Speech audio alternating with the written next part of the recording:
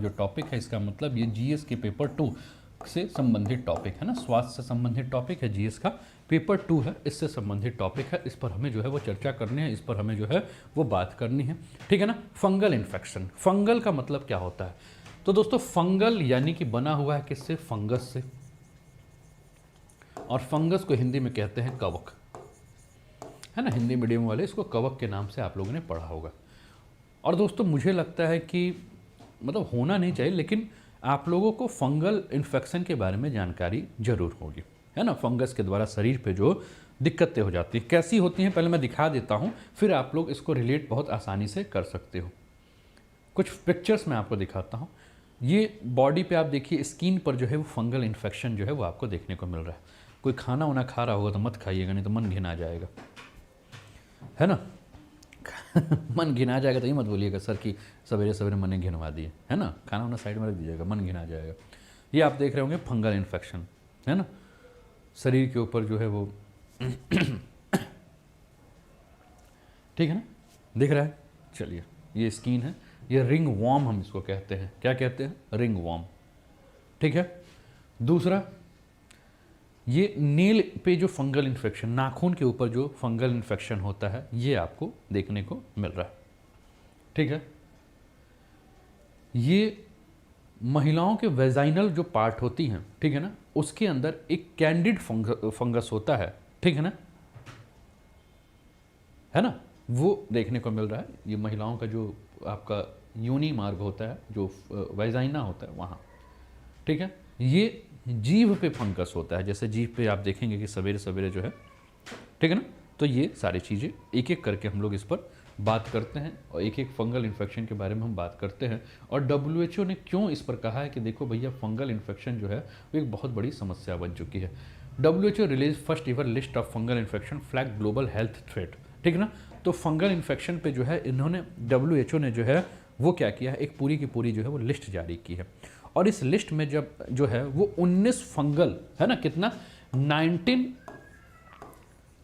Fungal, अगर हम बात करें मतलब कि कवक से होने वाली जो बीमारियां हैं उनकी सूची जारी की है, और कहा है कि देखिए भैया ये सारे के सारे फंगल जो इन्फेक्शन हैं वो किसी ना किसी एक तरह से देखें तो आगे जो है वो खतरे के रूप में जो है, या ठीक है ना, खतरनाक रूप से हो सकते हैं। ये थ्रेट है विश्व के लिए, सार्वजनिक स्वास्थ्य के लिए जो एक खतरा है, इसके बारे में इन्होंने बात की है, ठीक है ना।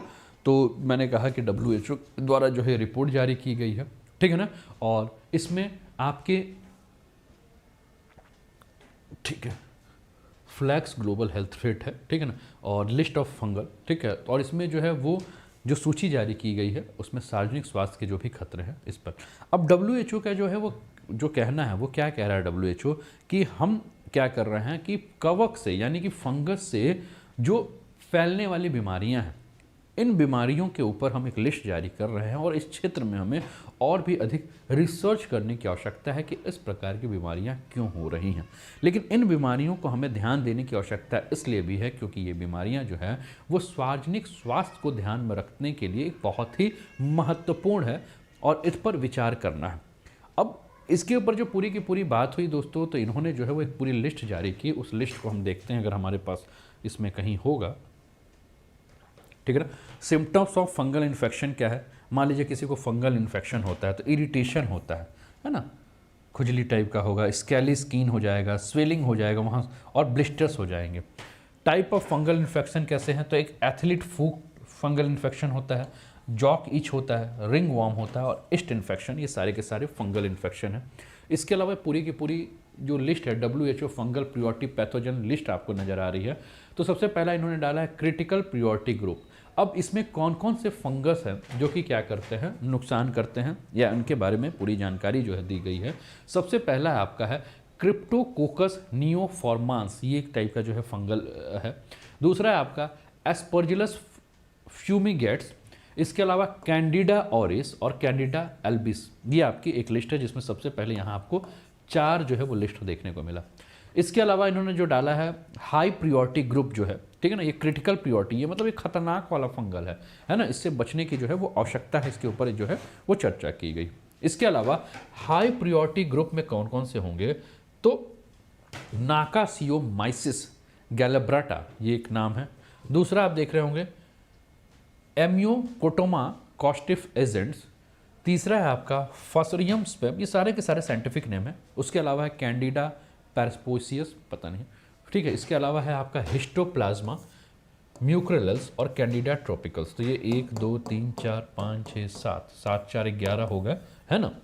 इसके अलावा 8 आपको और दिख रहे हैं मीडियम प्रियोरिटी ग्रुप, जिसमें इन्होंने बात किया है सीडोस्पोरियम, लोमेंटिस्पोरा, कैसेडियोस स्पे, ठीक है ना, पता नहीं क्या क्या है, ठीक है। ये जो भी चीज़ है बड़ा अजीब अजीब सा नाम है ना। तो जो भी चीज़ है ये टोटल 8 आपको ये भी नज़र आ गया। तो टोटल आपको 4 7 और 8, टोटल आपको 19 जो हैं वो लिस्ट जो हैं वो WHO के द्वारा जो है जारी किए गए। जो भैया ये मेडिकल वाले होंगे वो थोड़ा सा ध्यान से समझेंगे। हम लोग थोड़ा सा इसको क्या करते हैं, अपनी लैंग्वेज में समझने का जो है प्रयास करते हैं, ठीक है ना। हम लोग क्या करते हैं, अपनी लैंग्वेज में जो है वो समझने का जो है इसको प्रयास करते हैं, ठीक है ना। अब ये कुल मिलाकर जो WHO के द्वारा जो ये लिस्ट जारी की गई है, WHO ने जो है वो फंगल लिस्ट जो जारी की है, जिसको कहा है फंगल प्रियोरिटी पैथोजन लिस्ट, है ना, शॉर्ट फॉर्म में FPPL कहेंगे, फंगल प्रियोरिटी पैथोजन लिस्ट के नाम से जो लिस्ट जारी की है। इस लिस्ट जारी करने का उद्देश्य क्या है? तो उद्देश्य यही है कि जो भी आपके फंगल संक्रमण हो रहे हैं या एंटी फंगल जो भी हो रहे हैं, इससे प्रतिरोध के लिए वैश्विक स्तर पर जो है वो क्या करना है कि इस पर रिसर्च करना है, और रिसर्च करने के लिए साथ जो है इसमें जो है वो सभी का ध्यान जो है वो आकर्षित करना है कि इस प्रकार के फंगल इन्फेक्शन जो हो सकते हैं। फंगल इन्फेक्शन के बारे में जो WHO ने रिकमेंडेशन दिया है, जो निर्देश दिया है, उस निर्देश में बार बार यही कहा है कि फंगल इन्फेक्शन जो है वो सार्वजनिक स्वास्थ्य के लिए जो है बहुत बड़ा खतरा है। और वर्तमान में एंटी फंगल बहुत सारी ऐसी दवाइयाँ हैं, ये दवाइयाँ केवल 4 प्रकार के आपके फंगल जो बीमारियाँ होती हैं, ठीक है ना, उन बीमारियों के लिए काम तो कर रही हैं, लेकिन धीरे धीरे ये दवाइयाँ जो हैं वो बेअसर हो रही हैं। यानी कि ये दवाइयाँ जो हैं उनके उपचार में एक तरह से बात करें तो सामान्य और जो है वो क्या हो रही है, आपकी प्रतिरोधी जो है वो होते जा रही है। इसके ऊपर जो है वो पूरी की पूरी जो है बात की है। अब एंटी फंगल दवाइयाँ होती क्या हैं, ठीक है ना। तो आपने देखा होगा, आपने तो एक दवाई का नाम बड़ा सुना होगा, है ना, जालिम लोशन, है ना। जालिम लोशन तो आपने देखा होगा, कहीं नहीं देखा होगा जालिम लोशन तो उत्तर प्रदेश परिवहन की जो बसें होंगी उस पर आपने जालिम लोशन का जो है वो ऐड जरूर देखा होगा, है ना। और दूसरा जो है वो बीटेक्स, है ना, ये सब सारी दवाइयाँ आपने सुनी होंगी ना, बीटेक्स, दाद, खाज, खुजली। इसके अलावा रिंग वॉर्म करके आती है दवाइयाँ, तो ये नॉर्मली आप लोगों ने सुना होगा। कुछ नहीं सुना होगा तो बीटेक्स और जालिम लोशन तो आपने ज़रूर सुना होगा। अब ये एंटी फंगल दवाएँ क्या होती हैं? तो ये एंटी फंगल दवाई जो है इनका उपयोग क्या किया जाता है कि जो भी आपके फंगल से संक्रमण हुआ है उस फंगल के संक्रमण से बचाव के लिए किया जाता है। जबकि अधिकांश जो फंगल संक्रमण होता है वो कहाँ होता है, तो स्किन पर देखने को मिलता है या नाखून पे देखने को मिलता है ना। और कुछ अधिक गंभीर टाइप के जो आपके फंगल इन्फेक्शन होते हैं, इस फंगल इन्फेक्शन के चलते बहुत बीमारी, जैसे कि आप एक चीज़ ध्यान दिए होंगे, आपने देखा था दोस्तों कोविड के समय आपको एक एंटी फंगल दवाई भी दी जाती थी, शायद आपको याद नहीं होगा, लेकिन कोविड के समय एंटी फंगल जो है वो दवाई दी गई थी आपको, है ना, और आप लोगों ने जो है वो खाया भी होगा। अब ये जो एंटी फंगल जो दवाई हैं वो किसके लिए था? तो दोस्तों निमोनिया यानी कि मेनिंजाइटिस की बीमारी से बचने के लिए, क्योंकि कोविड के समय क्या हुआ था दोस्तों, कई लोगों को जो है वो बहुत ज़्यादा कफ हो गया था और कफ के चलते ये पूरा का पूरा चेस्ट यानी कि लंग्स जो है वो जाम हो गया था। तो आपको याद होगा कि उस समय आपको ये कहा गया, मतलब ये कहा जा रहा था कई लोगों की जो मृत्यु कफ या कई लोगों की तबीयत बहुत ज़्यादा जो सांस लेने की जो दिक्कत होने लगी थी वो इसलिए होने लगी थी कि उसको वो कोविड का जो है वो क्या कर दिया था, वो चेंज कर दिया था, निमोनिया में चेंज कर दिया था। तो उस समय एंटी फंगल, तो ये जो फंगस बहुत ज़्यादा अगर किसी के बॉडी में आ जाए, है ना, तो वो क्या कर सकते हैं, जीवन का खतरा भी हो सकता है। जैसे लंग में अगर फंगस लग जाए तो निमोनिया का जो है वो दिक्कत जो है वो क्या हो सकता है, ठीक है ना। तो इसके लिए जो रिपोर्ट के अनुसार जो बात कही गई है वो कहा गया है कि अधिकांश जो आपके फंगस से होने वाली जो बीमारियां हैं वो क्या है, बहुत तेज़ी से इसका प्रसार होता है, संवेदनशील है, और निदान में यानी कि इनके उपचार में जो कमी होता है उस उपचार की कमी के कारण जो है वो लोग इस पर ध्यान नहीं देते हैं, या इस प्रकार के बीमारियों को जो है वो लोग इग्नोर करने लगते हैं, ठीक है ना।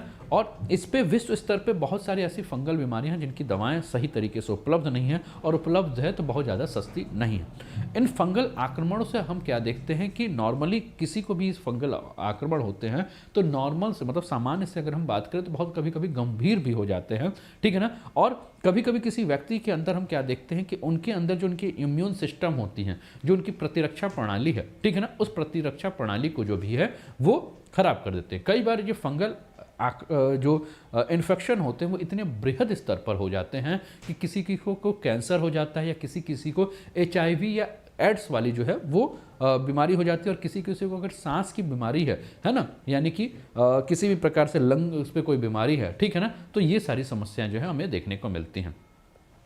अब WHO ने जो फंगल जो आपकी बीमारियां हैं इनको क्या किया है, 3 आधार पर बांटा है, जिस पे हमने बात किया कि एक आपका क्रिटिकल प्रियोरिटी, दूसरा हाई प्रियोरिटी ग्रुप और तीसरा मीडियम प्रियोरिटी ग्रुप, है ना। क्रिटिकल यानी कि नाजुक, हाई मतलब उच्च, और आपका मीडियम प्रियोरिटी मतलब मध्य प्राथमिकता।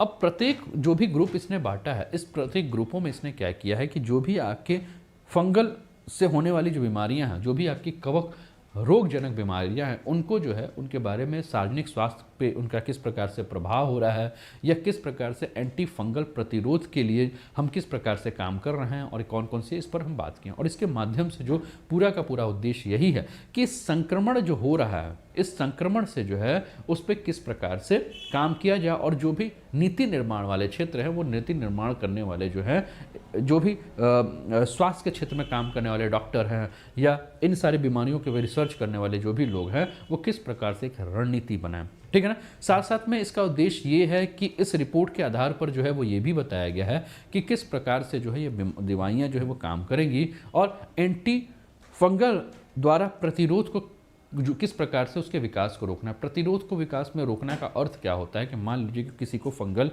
हुआ है ना, कोई भी फंगल डिजीज हुआ है, अब उस पर पता चल रहा है कि दवाई काम ही नहीं कर रही है ना, तो क्यों नहीं कर रही है? क्योंकि हम एक चीज़ आप ध्यान दे रहे होंगे दोस्तों, एक रिपोर्ट है, कई साल पहले की रिपोर्ट है, मुझे लग रहा है 10-12 साल पहले की एक रिपोर्ट है। आप जाते हो जब भी किसी डॉक्टर के पास, तो आप देखते हो कुछ भी नहीं होता तो आपको एंटीबायोटिक दवाई पकड़ा देता है। अब एंटीबायोटिक दवाई जब वो आपको पकड़ाता है तो आपकी बॉडी के अंदर जो इम्यूनिटी होती है उसको काम करने का मौका ही नहीं मिलता है। वो इम्यूनिटी जो है आपकी दबी की दबी रहती है, और दवाओं के चलते जो है वो क्या करते हैं, आप उसको दबाने की कोशिश करते हैं। धीरे धीरे क्या होता है, आपके बॉडी के अंदर की जो इम्यूनिटी है वो क्या होती है, इनएक्टिव हो जाती है, और जब भी आपको कोई भी प्रॉब्लम होगी, आपको आपकी जो बॉडी है वो दवा ढूंढना शुरू करेगी।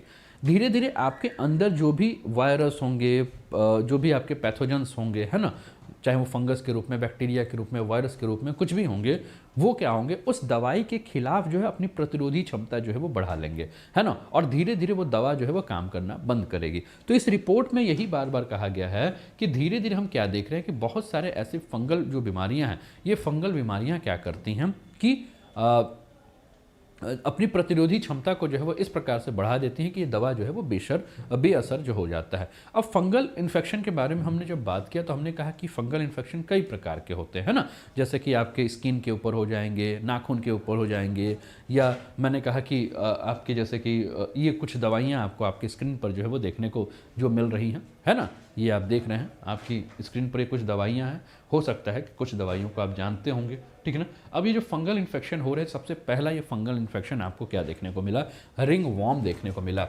अब इस रिंग वॉर्म के बारे में अगर हम बात करें तो ये सबसे आम आपको फंगल इन्फेक्शन जो है वो आपको देखने को मिलता है, जिसको कि आप दाद के नाम से जानते हैं, है ना, दाद के नाम से। लेकिन इनके साइंटिफिक नेम के बारे में अगर हम बात करें तो इसका साइंटिफिक नेम क्या है, तो साइंटिफिक नेम जो दोस्तों इसका है टीनिया। क्या नाम है, टीनिया के नाम से भी हम इसको जानते हैं।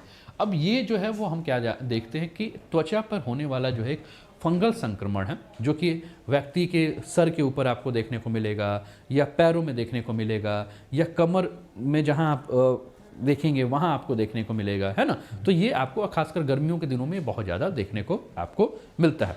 दूसरा जो आपको बीमारी दिख रहा है ना, ये आपको फंगल इन्फेक्शन जो है वो नाखून में देखने को मिल रहा है, और ये आमतौर पे जो है वो पैर के नाखूनों को सबसे ज़्यादा जो है इसके माध्यम से, इस फंगल इन्फेक्शन के माध्यम से जो है वो प्रभावित किया जाता है।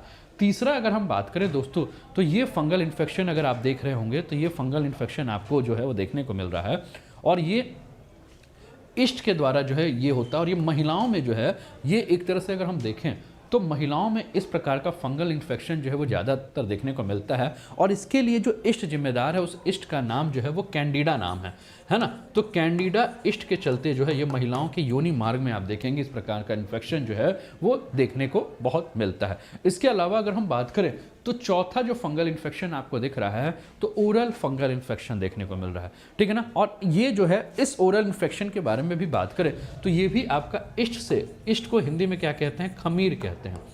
क्या कहते हैं, खमीर। तो ये भी आपका कैंडिड जो आपका इस्ट है उसी के द्वारा जो है ये फैलता है। और ये जीभ के ऊपर आप देखेंगे कि परत जम जाती है ना, जीभ के ऊपर आप वाइट पैचेस देखने को आपको मिलेंगे, ठीक है ना।